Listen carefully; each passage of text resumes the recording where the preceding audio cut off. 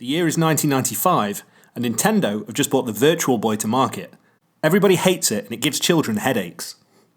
Only a handful of games are ever released, and the console doesn't even release in Europe. Now, 23 years later, some better consumer headsets are available. Maybe it's time to take another look at those Virtual Boy games.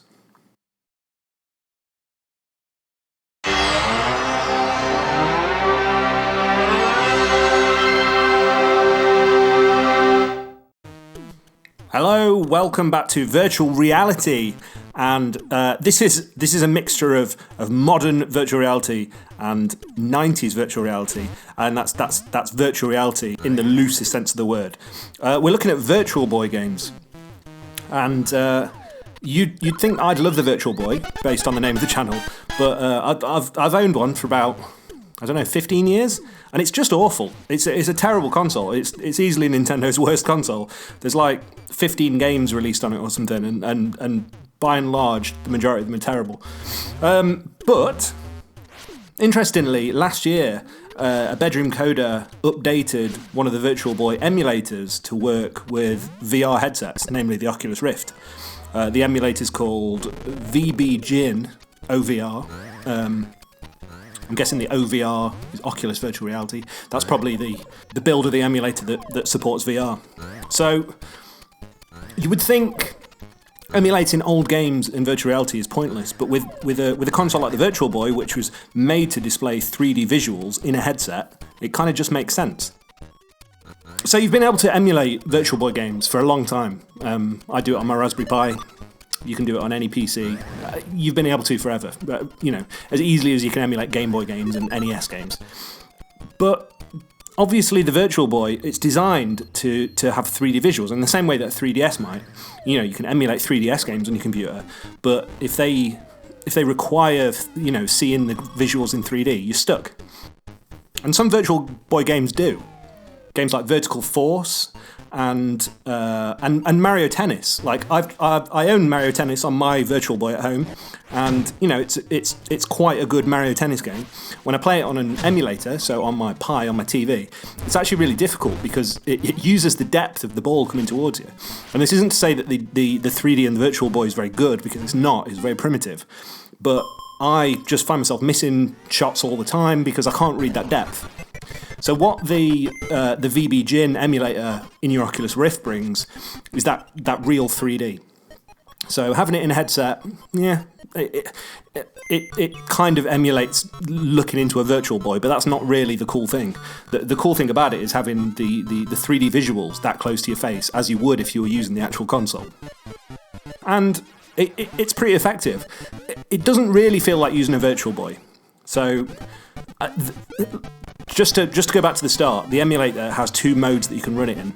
One is a fixed view, so the view is always just fixed in your display. No matter where you look, it's always straight on, it's always there. The 3D visuals work, but it's just like it's strapped to your face. And that's alright. I guess that feels most like a Virtual Boy in a way. But it kind of makes me feel a bit sick, and that's one of the problems with the original Virtual Boy. It gives you headaches and gives you migraines and makes you feel horrible. But the more interesting mode, which is what the majority of the footage in this video is taken from, is a second display mode where you can look around freely as if the game is being displayed on a huge screen in front of you. So the annoying thing is, this is like beta software or alpha software. For me, I don't know if this is the same for everybody, but when I load this up, the screen only displays where the Oculus Rift thinks my head is when I stand up. So I can't play this when I'm sat down. If I sit down, I'm like 2 feet below the screen. So I have to stand up, which is a bit annoying, but, maybe it'll get there. But yeah, it's much better. The screen's much larger. It feels much more comfortable to play because, as I say, it just feels like you've got a huge screen in front of you, so you don't get any of that motion sickness because it feels very true to life. All the presence in the headset feels correct. And it's by far my favourite way I've ever emulated Virtual Boy. Now, that's not saying a lot because, as I say, the console is generally pretty terrible, and there's only a handful of games available for it, and even those handful of games, there's not many that I'd actually want to play. But it comes much closer to emulating the Virtual Boy experience than anything I've ever tried before. So in this video, I've recorded some footage of me playing Mario Tennis, which, as I say, I own on my real Virtual Boy, so I know how that feels to play it with the real console. I've got some Wario Land, which is actually a great Virtual Boy game. You know, that's one of the few that's really, really good. And then some Panic Bomber, which I also own on my actual hardware Virtual Boy, and that's like a Puyo Puyo game, you know, with all the Bomberman characters and stuff. And and Vertical Force as well, which is a vertical shooter similar to R-Type or 1942 or something, and that uses the depth. Enemies will appear on like an upper and a lower plane, and you have to switch between the two planes to hit the enemies and collect the power-ups. So you're actually using that depth, and that looks really cool in the headset.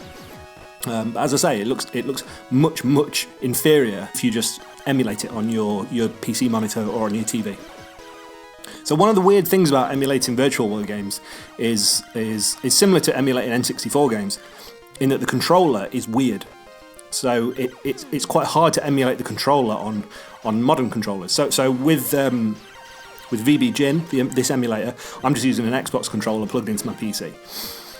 But if you've never seen the Virtual Boy controller, it's got two D-pads on it, one on the left, one on the right, and then it's got 4 face buttons, but they're not in a cross how you would expect them. There's 2 near the right D-pad and 2 near the left D-pad. And the 2 near the left D-pad are start and select. The 2 near the right D-pad are A and B, similar to a Game Boy or an NES. And then it's got weird triggers on the back that are like 2 little tiny circles underneath your back fingers. So it's just got this weird setup, and some of the games require both D-pads. So I always end up using the right stick on a modern controller to emulate the right D-pad, which kind of works, but it's not ideal. So that's something to consider if you want to emulate Virtual Boy games. There's also a couple of graphics modes in the emulator. You can display it in the original red and black visuals, which is how it looks on the original console. Some people hate those, and I don't know as if they're to blame for the migraines that children famously got from the Virtual Boy. But if you want, you can just change it to grayscale, so it's just in black and white, like much easier on the eyes. But I don't know. I love the black and red. That's a Virtual Boy to me. I don't want it any other way. So I've put a link to the emulator in the description of the video. If you want to download it, it's a bunch of files which will allow it to use your VR headset. It's really, really easy. All you need to do is, in your Oculus home software, you need to make sure you've ticked, I can't think how they word it, there's an option in the settings to like allow your headset to use external programs, because by default it will only run with programs that are downloaded on the Oculus Store with the Oculus software. But there's a little toggle, you can turn it off, and that'll let it run with any third-party programs. So you just need to change that, and then run the software. Open up your ROM, which I'm not going to link to any ROMs because that's super, super illegal. And it'll just load up. It'll load up in your headset. No messing around. You know, gone are the days of the Oculus development kits where you had to go in and like virtually code the demos yourself to get them running on your headset. It's just really easy now. Just run the app and it'll load up in your headset. It's brilliant. So yeah, I'm really impressed with it overall. It's as I said, it's definitely my favourite way that I've ever emulated Virtual Boy games. It feels the depth and the 3D feel really, really good. It's cool seeing these visuals from the console in quite high definition, which is always the case with emulated games, but it's something about seeing them in 3D as well.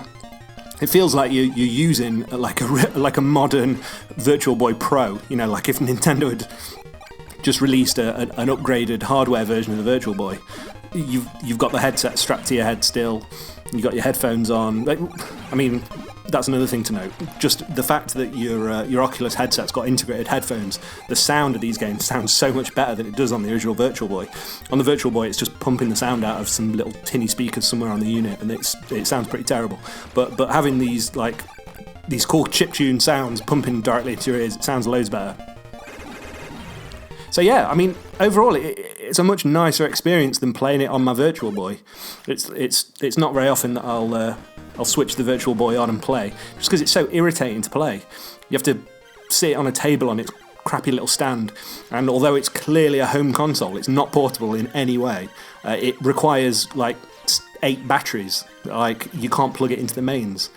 As I said, the controller's terrible. Mine's started doing a thing where one of the eyes in it has started to go a bit funky when you're playing it sometimes, and some people recommend putting them in the oven, and it like melts some capacitor and it makes it better, but there's no way I'm putting my Virtual Boy in the oven. Like, I don't want to buy another one if it melts. It's certainly not cheaper to buy an Oculus and a PC if you just want to play Virtual Boy games. In that case, I would just buy a Virtual Boy, as expensive as they are. But if you've got your gaming PC already, if you've got your Oculus headset and you've got access to a bunch of Virtual Boy ROMs, there's no reason not to have a play around with this. I think it's pretty awesome, and I'm glad the community are creating things like this, because it means we can experience these games kind of as they were meant to be experienced. Well, thank you for watching. If you've got any recommendations for Virtual Boy games that I should be playing, drop them in the comment section. I've played the handful that are in this video, and then I own Tetris, Panic Bomber, Mario Tennis, and Golf. That's the only ones I've got. Everyone's always said you should play Mario Land. You should play Wario Land. You should play Wario Land. So that's what I've done. And there's like was it Mario Clash or something? I played that, and it seemed pretty terrible. But yeah, there's not many games on the console. But if you're a massive Virtual Boy fan, yeah, drop me a comment and let me know. Well, I hope you've enjoyed this look into the world of Virtual Boy emulation. And yeah, join me for another video soon. Okay, catch you later. Bye, bye, bye, bye.